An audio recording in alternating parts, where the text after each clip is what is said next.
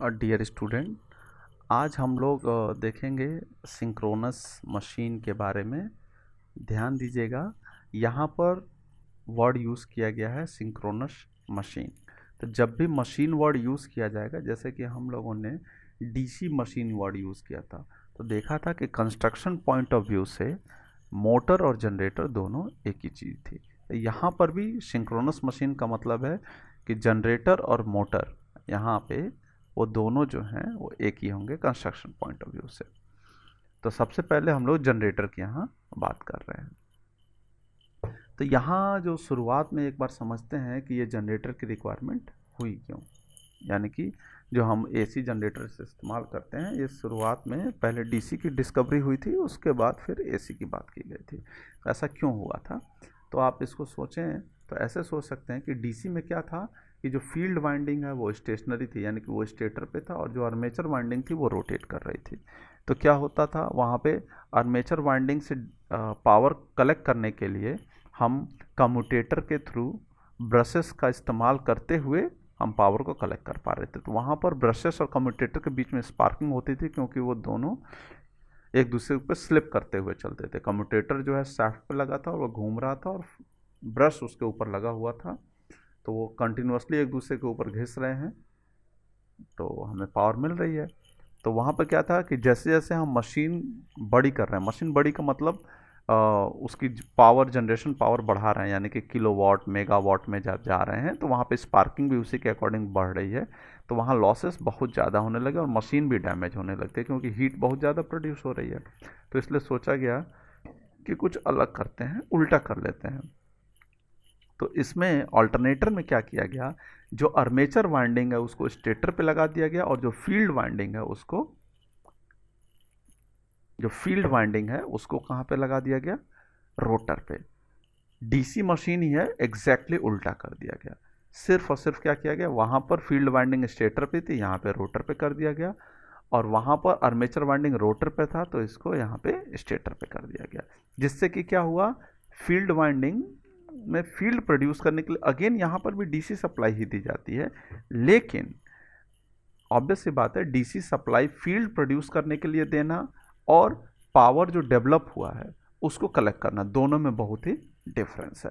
तो यहाँ पर फील्ड प्रोड्यूस करने के लिए जो हम ब्रशेस का इस्तेमाल करते हैं, वो काफ़ी जो है वो एक तरह से वहाँ पे पावर का लॉस बहुत ही कम होता है, क्योंकि सिर्फ फील्ड प्रोड्यूस कराई जा रही है। और स्टेटर पे हमने क्या कर दिया, आर्मेचर वाइंडिंग, तो वहाँ पे हम डायरेक्टली लोड कनेक्ट कर सकते हैं। तो ये जो बातें लिखी गई हैं वो सब यही सब बातें हैं, आप एक बार उसको ज़रूर देखेंगे। अब बात करते हैं कि स्टेशनरी आर्मेचर का फ़ायदा क्या है। जैसे अभी बात करी मैंने कि यहाँ पे स्टेटर पर हमने आर्मेचर वाइंडिंग को लगा दिया, तो स्टेशनरी आर्मेचर यानी कि आर्मेचर अगर हमारा रुका हुआ है, मूवेबल नहीं है, तो उसके क्या फ़ायदे हैं। तो पहला है कि हम उसको आसानी से इंसुलेशन वगैरह प्रोवाइड कर सकते हैं और हाई वोल्टेज तक ले जा सकते हैं, क्योंकि इंसुलेशन बहुत ही ज़रूरी होता है, इंपॉर्टेंट होता है। अदरवाइज़ कहीं भी लीकेज होगा तो शॉर्ट सर्किट होगी और बॉडी में भी सप्लाई आ सकती है, जो कि बहुत ही डिजास्टरस हो सकता है। उसके बाद जो है एक चीज़ और सोच सकते हैं कि वहाँ आर्मेचर था, आर्मेचर की वाइंडिंग वह काफ़ी भारी होगी, जब वो रोटेट करेगी तो उसमें सेंट्रीफ्यूगल फोर्स होगा, तो उसको वहाँ पे मेंटेनेंस की रिक्वायरमेंट भी ज़्यादा होगी। यहाँ पर ऐसा कुछ नहीं है, क्योंकि वो स्टेशनरी है। दूसरी चीज़ आ जाती है कि यहाँ पे स्टेशनरी आर्मेचर होने के कारण से हम बड़े आराम से लोड कनेक्ट कर सकते हैं, जो कि सेकंड पॉइंट में लिखा गया है। यहाँ पर हमको कोई ऐसी दिक्कत नहीं होगी, डायरेक्टली लोड भी स्टेशनरी है, आर्मेचर वाइंडिंग भी स्टेशनरी है, दोनों को कनेक्ट किया जा सकता है। फिर यहाँ पर बात की गई है कि फील्ड वाइंडिंग प्रोवाइड करने के लिए, फील्ड वाइंडिंग को सप्लाई प्रोवाइड करने के लिए, यानी कि रोटर को सप्लाई प्रोवाइड करने के लिए हमको यहाँ डीसी सप्लाई देनी है, और सिर्फ 2 ही ब्रश का इस्तेमाल करना है, जो कि काफ़ी कम रेटिंग के भी होंगे। ठीक है, तो ये सब कुछ पॉइंट्स हैं जिसमें जो है हम लोग एडवांटेजेस देख सकते हैं। अब हम बात कर रहे हैं कंस्ट्रक्शन ऑफ अल्टरनेटर की। तो यहाँ पे अगेन देखिए, कंस्ट्रक्शन पॉइंट ऑफ व्यू से देखें तो जैसा पहले भी हमने डिस्कस किया था कि 2 ही चीज़ होती हैं, एक स्टेटर होता है और दूसरा क्या होता है, रोटर होता है। तो स्टेटर में यहाँ पे 3 फेस वाइंडिंग रहती है, तो इसमें ज़्यादा आपको कुछ डिस्क्रिप्शन नहीं है, सिंपली लिखा गया कि ये स्टेशनरी पार्ट है, और यहाँ पर जो वाइंडिंग होती है वो 3 फेस होती है। अगर स्टार नॉर्मली ज़्यादातर जो है वो स्टार कनेक्शन होता है, क्योंकि हमको वहाँ पे न्यूट्रल की रिक्वायरमेंट होती है। और हमको पता भी है 3 फेस कनेक्शन 2 तरीके के होते हैं, स्टार और डेल्टा। तो जनरली स्टार कनेक्शन होता है क्योंकि लोड में हमेशा न्यूट्रल की रिक्वायरमेंट हमें होती ही होती है। फिर बात करते हैं हम जब रोटर की, तो रोटर में यहाँ पे 2 तरीके के हैं। रोटर आपके जो 2 तरीके के हैं वो पर्पस के हिसाब से हैं। पर्पस का मतलब जैसे कि हमारे पास कहीं कहीं पे ऐसा हमको प्राइम मूवर का मतलब है यहाँ पे बड़े जनरेटर्स हैं ये। तो इलेक्ट्रिसिटी का जनरेशन हम स्टीम पावर प्लांट से भी करते हैं, जहाँ पे हम हाई स्पीड अटेंड कर सकते हैं। थर्मल पावर प्लांट भी है हमारे पास, और हमारा हाइड्रो पावर प्लांट भी है। हाइड्रो पावर प्लांट में हम पानी के जो भी एनर्जी है उसको स्टोर करके, यानी कि पानी इकट्ठा करके फिर हम गिराते हैं, और वहाँ से हमको प्राइम मूवर जो हमारा फैन होता है, टरबाइन होती है, घूमती है और हमको जनरेटर घुमाता है उसको। जब फैन पे पानी गिरता है तो उससे जो भी जब फैन रोटेट करना शुरू करता है तो उससे जनरेटर जुड़ा होता है और हमको इलेक्ट्रिसिटी मिलती है। ये हाइड्रो जनरेटर्स होते हैं। तो वहाँ पे हम बहुत ज़्यादा स्पीड अटेंड नहीं कर पाते। तो यहाँ पे 2 तरीके के रोटर आपको मिलेंगे। एक रोटर होगा जो कि कम स्पीड अटेंड करता है, तो उसको वैसे जगहों पे इस्तेमाल किया जाएगा। और एक रोटर होता है जिसका डिज़ाइन हाई स्पीड के लिए करते हैं, तो उसको वहाँ पे इस्तेमाल करते हैं जहाँ पे हम हाई स्पीड अटेंड कर सकते हैं। तो इसलिए यहाँ पे 2 तरीके के रोटर हैं, एक है आपका सेलिएंट पोल टाइप और एक है आपका नॉन सेलिएंट पोल और सिलेंड्रिकल पोल टाइप। तो सेलिएंट पोल में क्या है, जनरली ये 4 पोल का बनाया जाता है, और 4 पोल का जब बनाएंगे तो हम लोगों ने देखा था सिंक्रोनस स्पीड जो है NS इक्वल टू 120F/P से 4 पोल अगर रखेंगे और F की वैल्यू इंडिया में 50 हट जाए तो NS की वैल्यू 1500 आ जाएगी। तो 1500 RPM पे हम इसको नॉर्मली इस्तेमाल में लाते हैं। तो यहाँ पर सिंपली बस जो है वो 4 पोल है, ये ध्यान रखना है। और ये कंस्ट्रक्शन पॉइंट ऑफ व्यू से अगर देखें तो इसका रेडियस जो है वो काफ़ी ज़्यादा होता है और लेंथ इसकी काफ़ी कम होती है। और इसका जनरली इस्तेमाल जो है हाइड्रो पावर प्लांट्स में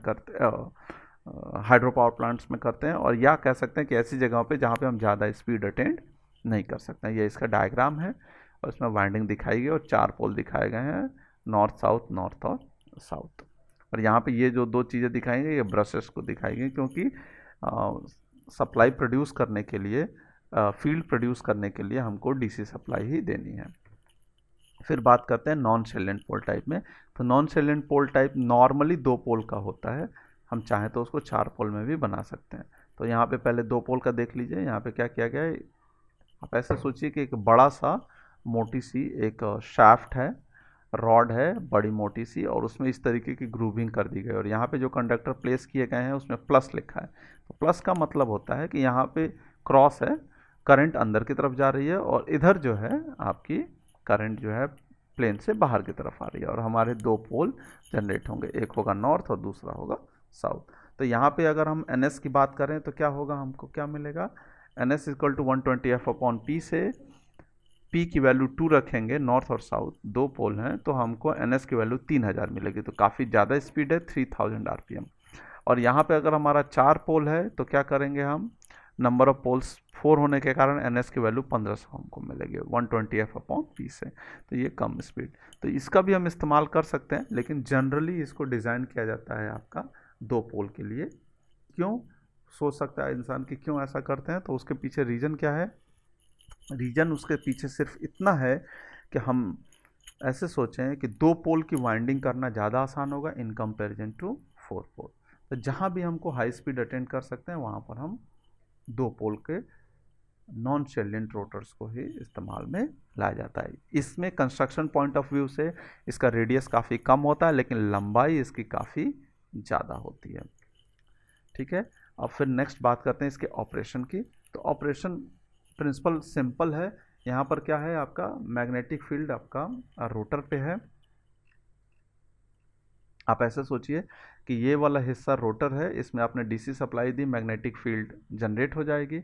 और यहाँ जो स्टेटर है, स्टेटर पे कंडक्टर्स ऑलरेडी 3 फेस वाइंडिंग बनी हुई है, दोनों के दोनों स्टेशनरी हैं। जब दोनों के दोनों स्टेशनरी है तो एक दूसरे को कट नहीं करेंगे, भले ही आपने DC सप्लाई दे दी है, फील्ड स्टेशनरी बना रहेगा। लेकिन जैसे ही आप यहाँ पे जनरेटर में क्या करते हैं, आप कोई बाहरी चीज़ से घुमाते हैं, तो जैसे ही आप इसको घुमाना शुरू करेंगे ये स्टेशनरी कंडक्टर्स को फील्ड कट करना शुरू कर देगा। और जैसे ही कट करेगा तो इंडक्शन प्रिंसिपल कहता है किसी कंडक्टर को अगर वेरिएबल मैग्नेटिक फील्ड में रख दें तो ईएमएफ इंड्यूस हो जाता है। या उल्टा भी कह सकते हैं कि अगर कोई कंडक्टर हमारा स्टेशनरी और फील्ड रोटेट कर रही है, यानी कि फील्ड और कंडक्टर के बीच में दोनों एक दूसरे को कट कर रहे हैं, तभी ईएमएफ इंड्यूस होगा। तो यहाँ पर क्या हो रहा है, कंडक्टर तो स्टेशनरी हैं लेकिन फील्ड ये जो है वो रोटेट करने शुरू कर दी। तो जैसे ही ऐसा होगा हमको आउटपुट पे 3 फेज सप्लाई मिलने लगेगी। क्यों? क्योंकि हमारा स्टेटर जो है वो 3 फेज कनेक्टेड है। तो इस तरीके से ये इसका वर्किंग प्रिंसिपल है। यहाँ पे फ्रीक्वेंसी वाई दिखाई गई है, एनआर का फॉर्मूला 120F/P से ही आपको दिखाया गया है। तो आप इसको एक बार ज़रूर देख लें, और कोई कन्फ्यूज़न होता है तो आप हमसे पूछें। Thank you.